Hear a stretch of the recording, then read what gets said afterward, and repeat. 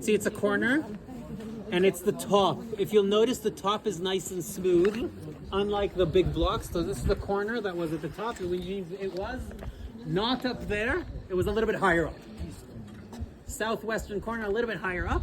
A big block of stone that was actually the first one thrown down by the Romans. You know why it's the first one? Because if you throw down the middle stone, the top one will fall on your head. You're not that stupid, right? So you throw them from the top down. It's the first one falling. This stone was found exactly where you'll see it standing. This is where the stone was found. It was picked up, and when they picked it up, they noticed that it's nice and smooth and upper stone, and as they picked it up, a portion was breaking in their fingers, and that's the portion that's right here. They just completed breaking it off. It's the originals in the Israel Museum. So this little portion, this little piece is a copy. So unlike ancient inscriptions that I usually tell them, don't touch them, don't touch the decorations because we erase them with our fingers. Here you can touch it as much as you want. So this is a replica. And what they have on that broken little piece is part of an inscription in Hebrew. Lebeit, to the house. Oh, good. Hatki'ah. The Hey and Chet, if you know a little bit Hebrew, are very, very similar in those days. Hatki'ah, the house of trumpeting. Using the trumpet, litko'a, bashofar, to sound the shofar. And then there are three letters of the continuing word that we only have the beginning of, lehav, and then it's broken. So what you can see here, which is a very common reconstruction, is lehavdil ben kodesh lechol, to separate between the holy days and the weekdays. Why is that important?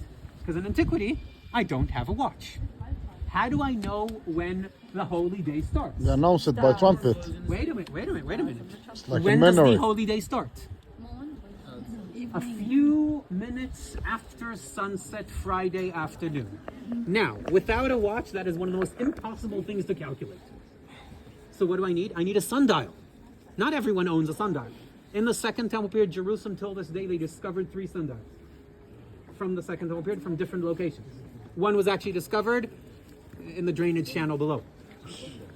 So let's assume they had a sundial up there in the temple courtyards, in the Temple Mount. So someone can calculate the length of day during the whole week and anticipate how much time I have left till sundown. And it's much nicer to have an advance notice and not a last moment notice, right? Right. When you tell someone now, they'll be late. When you tell someone you have 15 minutes, they'll just be less late, right?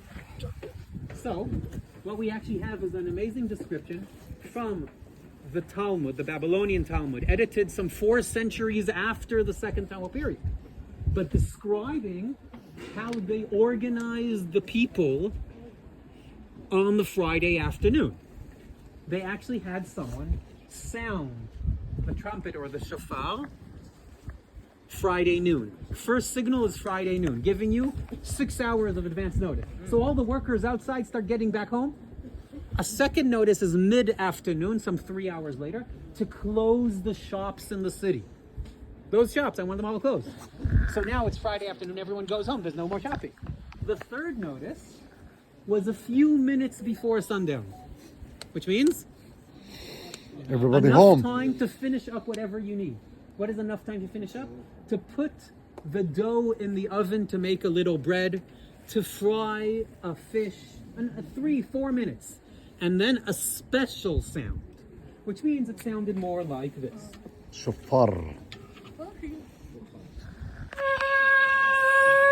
That's the regular signal I'll do in Friday noon, afternoon, and the 3-4 minutes before sundown. And then the last note will be like this.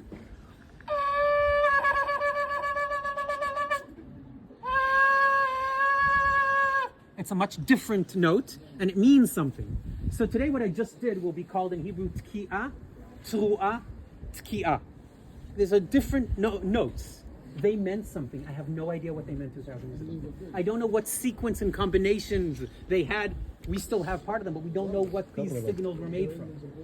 And what we have, we still have these signals and still have these notes, mainly in Rosh Hashanah and Yom Kippur, in the modern, let's say, festivals of the Jewish calendar. But we actually have this taking us back 2,000 years ago. And now comes the annoying debate. This thing I'm just using is a musical instrument. A musical instrument is not allowed to be carried during Shabbat, Saturday, in Jewish law. which means the guy that just sounded it up there, Broke the law. no, he can't take it home. And the Talmud describes that in that spot there was a special niche in the wall that he was allowed to leave it right there. And if you'll notice, there's really a niche carved into this stone that I can actually put my shofar in. This is my tiny shofar, the only one that fits in. My bigger one falls off all the time. So I actually have 3. Got it? Okay. Yeah. So this is an amazing example of using things that part of our tourists know from their culture, from where they live, from what they see, from what they hear. Doesn't matter if they're Jewish or not. They might hear about this, and here we can actually connect to it in the spot.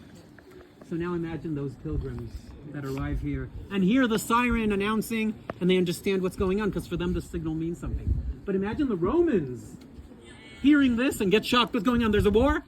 Someone's coming. And the next thing they understand is there's no place to buy any more food for the next 24 hours. The Romans were shocked by the public that lived here in this county that one day a week didn't go to work and the market was closed. And they thought the locals were a little bit lazy. So they have every week a day off. You know who's the least laziest country in the world today? Israel.